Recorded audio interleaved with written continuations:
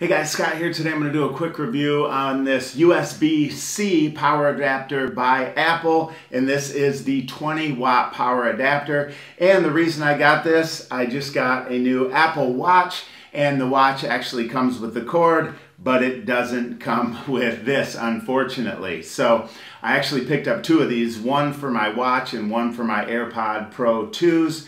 And they work really good. I had a magnetic charger and I tried charging the watch and it just wouldn't charge correctly. And I've found on quite a few of the Apple accessories that the actual Apple charger works out the best. And basically, like I mentioned, I have two of these and I'm currently using the other one right now, but I'll show you exactly what you get. This does not, by the way, come with a cord.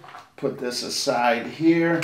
This only comes with the actual charger here, and it is that USB-C, which all of the new devices are going to. So overall, really happy with it. I have the other one, like I said, for my AirPod Pros. This is for my watch, and does a great job of charging them.